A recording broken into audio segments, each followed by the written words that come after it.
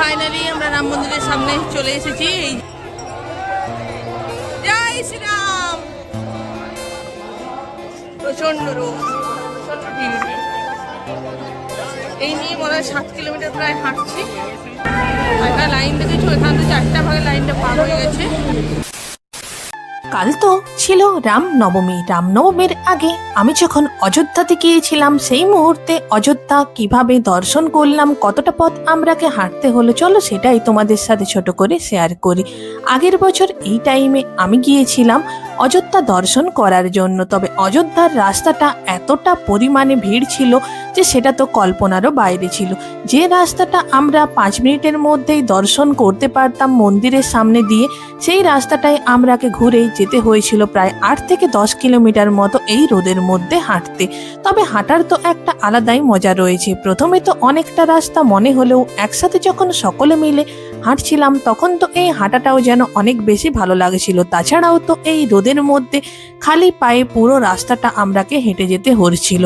মাঝখানে যে ব্যারিকেডটা দেওয়া রয়েছে এই দিক দিয়ে তো প্রথমে আরো অনেকটা পরিমাণে যাওয়ার পর তো আরো কিছুটা ঘুরে আবারও সেম রাস্তা দিয়েই কিন্তু আসতে হবে। এই রাম মন্দির দর্শন করার আগে তো এখানে বিভিন্ন ধরনের মন্দির রয়েছে, যেমন হনুমান মন্দির, তাছাড়াও রাজা দশরথের বাড়ি, সমস্ত কিছু দর্শন তো পরে করব। প্রথমে তো এসছি অযোধ্যার রাজা রামের দর্শন করার জন্য। রাম মন্দির যাওয়ার তো একটা আলাদাই এক্সাইটমেন্ট রয়েছে। অযোধ্যার রাম মন্দির হওয়া থেকেই তো ইচ্ছে ছিল রাম মন্দিরে এসে দর্শন করার জন্য, কিন্তু কোনো কারণবশত আসা তো হচ্ছিলই না। ফাইনালি যখন অযোধ্যার রাম মন্দির দর্শন করতে এলাম, চারিদিকে তো আলাদাই একটা সৌন্দর্য রয়েছে। এদিকে দেখো হনুমানজির পতাকাতে তো ভর্তি রয়েছে, আর চারিদিকে এত মানুষের ভিড় রয়েছে, সকলেই কিন্তু খালি পায়ে যাচ্ছে রাম মন্দির দর্শন করার জন্য। এখন তো রোদটাও যেন রোদ মনে হচ্ছে না, সবাইকার এনার্জি তো প্রচুর রয়েছে। তাছাড়াও রামের জয়ধ্বনি দিতে দিতে আমরা তো অনেকটাই রাম মন্দিরের কাছাকাছি পৌঁছে গিয়েছি। তবে রাম মন্দিরের কাছাকাছি যত পৌঁছাচ্ছি তত যেন ভিড়টা বেশি পরিমাণেই বেড়ে চলেছে। অনেকটা পরিমাণে টায়ার্ড এই জন্যই হয়ে যাচ্ছি, কারণ আগের দিন আমাদের গাড়িটা এত পরিমাণে জ্যামের মধ্যে ফেসেছিল যে সারা রাত আমরাকে গাড়ির মধ্যেই কাটাতে হয়েছে।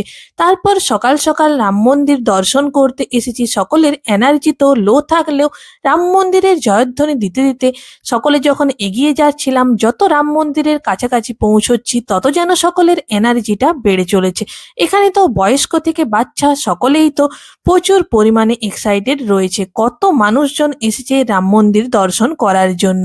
এমন তো এক এক জায়গা রয়েছে যেখানে তো একটুখানি ভিড়ের মধ্যে ঠেলাঠেলিও হয়ে যাচ্ছে এই গরমের মধ্যে। তবে সকলেই তো রাম মন্দির দেখার জন্য একটা আলাদাই এক্সাইটমেন্ট নিয়ে রয়েছে। আর রাম মন্দির এর আগে আমি ভিডিওতে দেখলেও নিজের চোখে সামনে থেকে দেখার তো একটা আলাদাই অনুভূতি রয়েছে।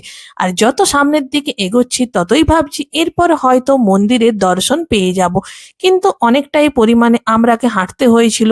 একই রাস্তাটা আমরা বারবার কিন্তু ঘুরে ঘুরে সেম রাস্তা দিয়ে আমরাকে যেতে হচ্ছিল, মানে একটা রাস্তাকেই আমরা 2-3 বার ঘুরে যখন আসছি তখনই সেই রাস্তাটা তো ডবল হয়ে যাচ্ছে। মানে 5 থেকে 10 কিলোমিটার মতো আমরা তো হাঁটা কমপ্লিট হয়ে গেছে, এখনো অবধি কিন্তু মন্দিরের দর্শন পাইনি। আর রাম মন্দিরের এরিয়াটা ছিল প্রচন্ড বড় একটা এরিয়া, তাছাড়াও সেখানে সেই মুহূর্তে তো কাজ চলছিল। পুরো রাস্তাটা হাঁটার মধ্যে একবারই তো সকলে রেস্ট নিয়েছিলাম জল খাওয়ার জন্য। তারপর তো পুরো এনার্জি নিয়ে পৌঁছে গেছি রাম মন্দিরের খুব কাছাকাছি। এরপর তো রাম মন্দির দর্শন করব।